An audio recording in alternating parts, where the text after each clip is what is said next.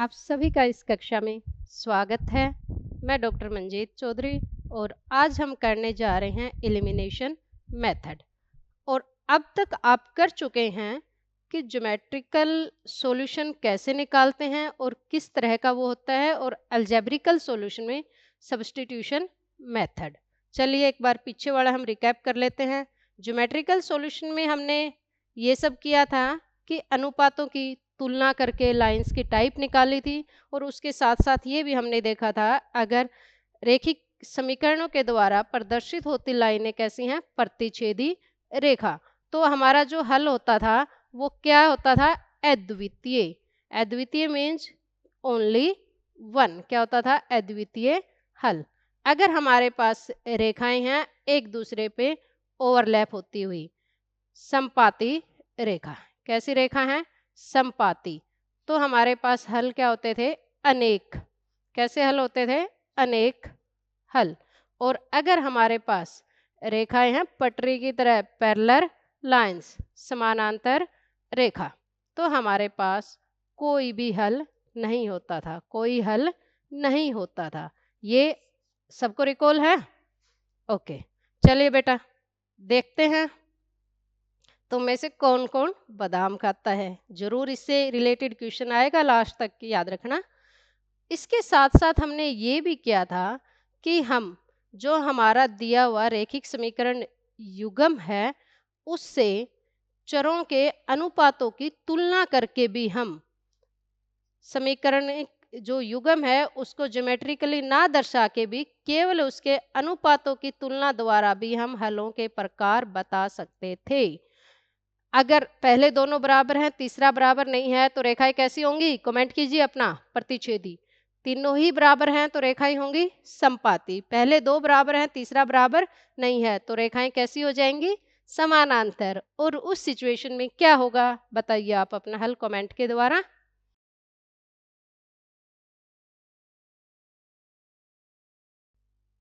अब ज्योमेट्रिकली हम रिकैप कर चुके हैं, अब तक क्या था ज्योमेट्रिकल में। अब हमारे पास आता है अलजेब्रिकल। अलजेब्रिकल में अब तक हमने जो किया है वो हमारा है सब्स्टिट्यूशन मेथड,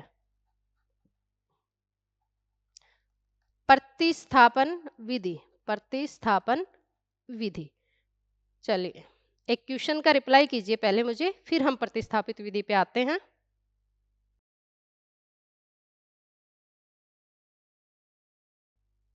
प्रतिस्थापित विधि को इस एग्जाम्पल से करते हैं। क्या करते थे हम इस मेथड में कि एक समीकरण से एक चर का मान निकालते थे और उसको दूसरे में प्रतिस्थापित कर देते थे, रख देते थे, वहां से दूसरे समीकरण का मान, दूसरे समीकरण से दूसरे चर का मान निकाल लेते हैं। जैसे यहाँ पे समीकरण एक से x का मान निकाल लें तो क्या आ जाएगा, 5 घटा y। और इस x के मान को अगर मैं रख देती हूँ दूसरे समीकरण में, दूसरा समीकरण क्या है, x प्लस 3y बराबर 15 रख दीजिए इसमें दूसरे में, तो क्या आ जाएगा हमारे पास, 5 घटा y प्लस 3y बराबर है 15। तो 2y बराबर है 15 घटा 5, 2y बराबर है 10, तो यहाँ से y बराबर क्या आ जाएगा, 5। तो इस और अब इस y बराबर 5 को वापस यहाँ पे ले आइए, तो x क्या आ गया, 5 घटा 5, तो x बराबर 0। तो इस समीकरण का, ये जो युग्म है समीकरण का, युग्म मतलब जोड़ा, इसका हल क्या आ गया, x बराबर 0 और y बराबर 5।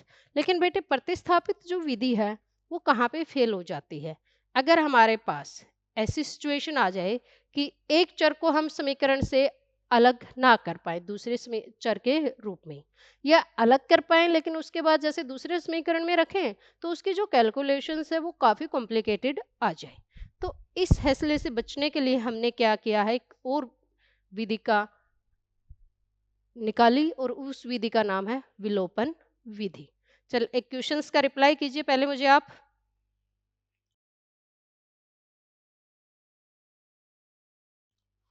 एलिमिनेशन मेथड, एलिमिनेशन जो मेथड है वो हमारा टिका हुआ है मेन, कि हमें जो चरों के गुणांक हैं वो क्या करने हैं, गुणांक क्या होने चाहिए, किसी भी एक चर का गुणांक क्या होना चाहिए, बराबर।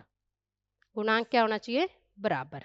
वो बराबर कैसे करेंगे हम, दिए हुए समीकरणों को, दो समीकरण हमें दिए होंगे उनको किसी ऐसी संख्या से दोनों को भी गुणा करना पड़ सकता है, किसी एक को भी, कि एक चर के गुणांक क्या हो जाए, बराबर। चलिए एग्जाम्पल से देखेंगे, वहां पे और क्लियर होगा आपको। ये एग्जाम्पल करते हैं हम कि इसमें क्या करना हमें, कि समीकरण 3x माइनस वाई बराबर 5 और 5x माइनस वाई बराबर 11 का। अब यहाँ देखिए बेटा, आप देख सकते हो ना, समीकरण 1 में y का गुणांक क्या है, -1, और 2 में भी y का गुणांक क्या है, -1। अगर मैं गुणांक बराबर है यहाँ पे तो गुणा करने की तो जरूरत नहीं है किसी से।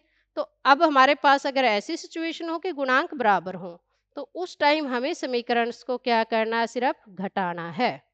5x माइनस वाई बराबर 11, समीकरण 1 में से 2 घटाने पे घटाते हैं, तब किस किस को पता है, निशान क्या हो जाते हैं, बदल जाते हैं ना, प्लस माइनस का और माइनस प्लस का।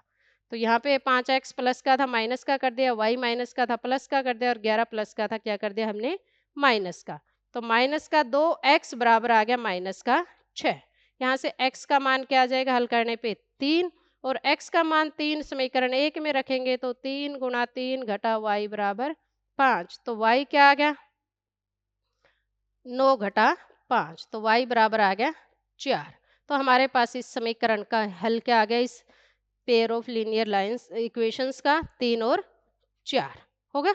देखिए ये कौन सी सिचुएशन है, जब हमारे पास गुणांक क्या हो, बराबर किसी एक समीकरण के, तब हमें क्या करना, सिर्फ घटाना है। समीकरण 1 में से 2 घटाइए या 2 में से 1 घटाइए।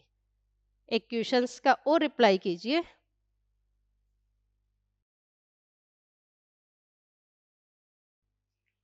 अब x और y का मान निकालना है विलोपन विधि से। तो हमारे पास क्या रहेगा, यहाँ पे हम देख रहे हैं कि दोनों का भी चर क्या है, बराबर नहीं है। तो हमारे पास क्या आ जाएगा, तो हमारे पास क्या रहेगा, समीकरण 2 को हम क्या से अगर देख रहे हैं कि 2 से गुणा कर दें, तो हमारे पास क्या रहेगा, दोनों के यहाँ से y का गुणा क्या हो जाएगा, बराबर। तो 3x प्लस 4y बराबर है 10। इसको नाम दे दिया मैंने समीकरण 3। और समीकरण 2 को 2 से गुणा करने पे हमें क्या मिल जाएगा, 4x माइनस 4y बराबर है 4। समीकरण हो गया 4। अब देखिए y के गुणांक न्यूमेरिकली बराबर हैं, लेकिन दोनों के निशान क्या हैं, अलग अलग। तो इसमें क्या होगा, इसमें हमें समीकरणों को सिर्फ क्या करना है, जोड़ना है। समीकरण 3 और 4 को जोड़ने पे ये क्या आ जाएगा, 3x और 4x क्या आ गया, 7x बराबर 14। तो x बराबर क्या आ जाएगा, 2। x की जगह पे 2 रखिए, समीकरण 1 में हमारे पास क्या मिल जाएगा, 3 गुणा 2 प्लस 4y बराबर है 10। और यहाँ से आप हल करोगे तो 4y बराबर 10 घटा 6 4, तो y बराबर क्या आ गया, 1। तो इस रेखिक समीकरण युग्म का हल क्या हो गया, x बराबर 2 और y बराबर 1। ठीक है, अगर गुणांक बराबर हों लेकिन निशान अलग अलग हों, तो हमें दोनों को क्या करना पड़ेगा, जोड़ना। पीछे वाला याद है ना, अगर निशान भी बराबर है, गुणांक बराबर ही है, निशान भी सेम है, तो हमें क्या करना पड़ेगा, उसको घटाना पड़ेगा। एक और क्वेश्चन का आप मुझे रिप्लाई कीजिए। क्वेश्चन आते रहेंगे, आप कॉपी पेन साथ रखिए अपना।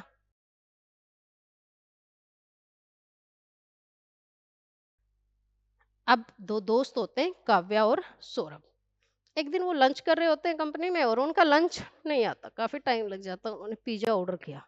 तब तक वो बात करते हैं और कहते हैं कि हमारी आय का अनुपात है वो दोनों का है 9:7, और खर्च का अनुपात है 4:3। आगे की ओर सुनिए उनकी। और मासिक बचत क्या है दोनों की, 2000। अब वो सोचते हैं कि ऐसा कैसे हो सकता है कि हमारी आय भी अलग अलग है, खर्चा अलग अलग है, लेकिन बचत सेम आ रही है। लेकिन हम निकाल सकते हैं। तो मान लेते हैं क्या क्या हमें दिया हुआ है, कि आय का अनुपात दे रखा है 9:7, खर्च दे रखा है 4:3, और बचत हमें दे रखी है 2000। तो माना काव्या की आय है वो है हमारे पास, काव्या की आय क्या मान ली हमने, 9x, और खर्च मान लिया 4y। सौरभ की आय है 7x और खर्च है 3y। सबसे पहले तो हमें इससे क्या बनाना पड़ेगा, रेखिक समीकरण। कैसे बनाएंगे इन दोनों के लिए, चलिए क्या बनेगा, यही रेखिक समीकरण बनेगा ना। हाँ, क्योंकि अगर हम आय में से क्या घटा दे? खर्च। तो क्या आ जाती है? बचत। तो पहला समीकरण किसको दर्शा रहा है? काव्या के डिटेल्स को, और दूसरा किसको बता रहा है? क्या बता रहा है हमें? सौरभ का। अब हमें इसको हल करना है। गुणांक भी बराबर नहीं है, लेकिन मुझे दिखाई दे रहा है, आपको भी दिख रहा होगा ना। समीकरण 1 को मैं 3 से गुणा कर दूं और 2 को किससे कर दूं? 4 से, बराबर हो जाएंगे। तो लिखिए, समीकरण 1 को 3 से गुणा करने पे क्या आ जाएगा? 27x घटा 12y बराबर है 6000। और समीकरण 2 को 4 से गुणा करने पे क्या आ जाएगा? 28x घटा 12y बराबर है 8000। तो माइनस कर दें, अब गुणांक बराबर हो गए निशान के साथ ही, प्लस माइनस। तो हल करें, हमारे पास क्या आ गया? माइनस एक्स बराबर है माइनस का 2000। तो x बराबर क्या आ गया? 2000। अब x की जगह पे 2000 रखिए समीकरण 1 में। तो 9 गुणा 2000 घटा 4y बराबर है 2000। 16000 घटा 4y बराबर है 0। तो y बराबर क्या आ गया? 4000। y बराबर क्या आ गया? 4000। तो दो x का मान आ गया, y का मान आ गया ना दोनों का। तो क्या अब हम उनका खर्च निकाल पाएंगे? चलिए देखते हैं।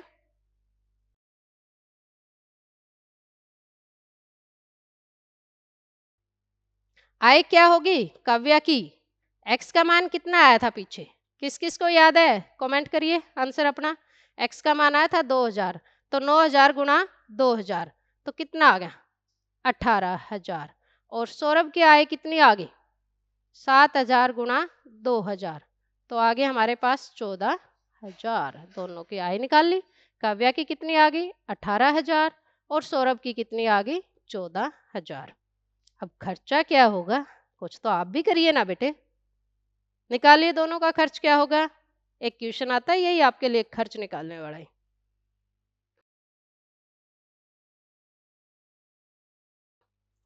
अब एक बहुत ही इंटरेस्टिंग क्वेश्चन। सबसे पहले मैंने बताया था ना, अनुपातों की तुलना करके उनको याद कीजिए। अब हमारे पास दो समीकरण दिए हुए हैं, पहला 2x प्लस 3y घटा 9 और दूसरा ये अनुपात बराबर नहीं है, दोनों के गुणांक नहीं है ना। तो समीकरण 1 को किससे गुणा कर दूं मैं? अगर 2 से, और गुणा करने पे ध्यान रखना दोनों ही साइडों को गुणा करना है। तो ऊपर वाला क्या आ गया? 4x प्लस 6y घटा 18 बराबर 0। ये आ गया 4x प्लस 6y घटा 18 बराबर 0। समीकरण 3, समीकरण 4। समीकरण 3 में से 4 घटाने पे माइनस माइनस प्लस। अरे ये क्या हुआ? दोनों ही बराबर हो गए। चर x कैंसिल, y वाला भी कैंसिल और ये भी कैंसिल। 0 बटे 0। क्या हो गया ये? सोचिए। चलिए अब यहाँ पे हम,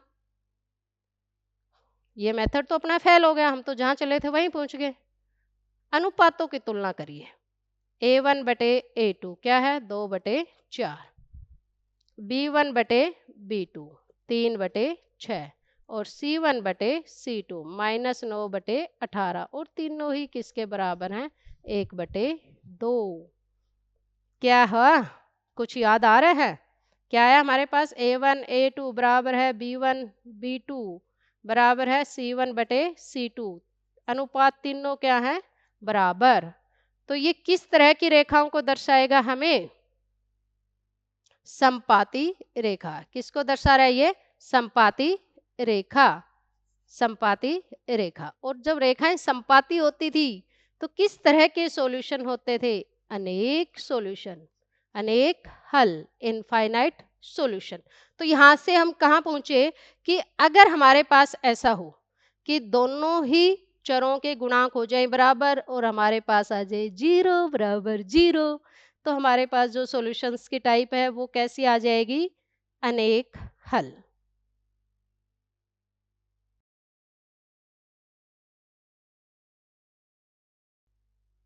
अब एक और उससे भी इंटरेस्टिंग, लास्ट तक बने रहिए, जरूर कुछ ना कुछ आप सीखेंगे। अब हमारे पास पहला समीकरण दे रखा है एक्स प्लस 2y माइनस 4 0 और दूसरा दे रखा है 2x प्लस 4y माइनस 12 बराबर 0। अगर मैं समीकरण 1 को 2 से गुणा कर दूं तो क्या आ जाएगा? 2x plus 2y, sorry 4y minus 8 बराबर 0। समीकरण 3 नाम दे दें और 2 को किसी से गुणा करने की जरूरत नहीं, ये तो हमें दिख रहा है पहले ही। 2x प्लस 4y माइनस 12 बराबर 0। समीकरण हो गया 4। गुणांक बराबर हो गया। अरे ये क्या हुआ, फिर x y बराबर।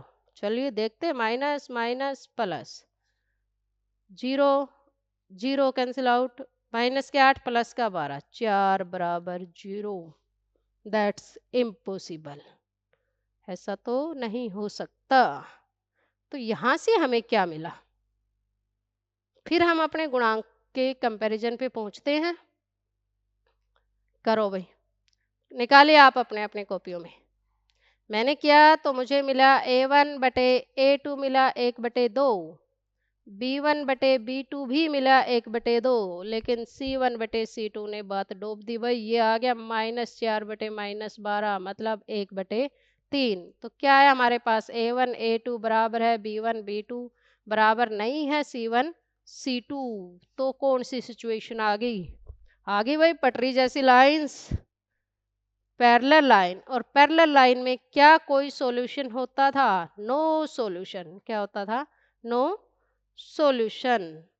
तो अब हम क्या, तो दो सिचुएशन आपने कर ली कि अगर दोनों ही बराबर आ जाए तो इनफाइनाइट सॉल्यूशन, और ऐसा हो जाए कि लेफ्ट हैंड साइड बराबर ना आए राइट हैंड साइड के, तो हमारा जो सॉल्यूशन होगा वो किस टाइप का होगा?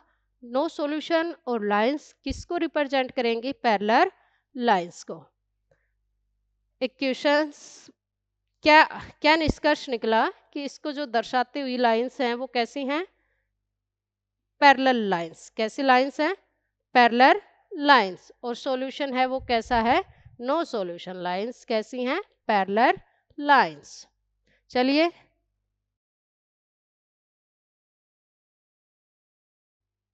इसके बेस्ड ये होमवर्क करिए, और मुझे आशा है कि आप इंटरेस्ट लेके करोगे तो जरूर मजेदार होने वाला है कुछ।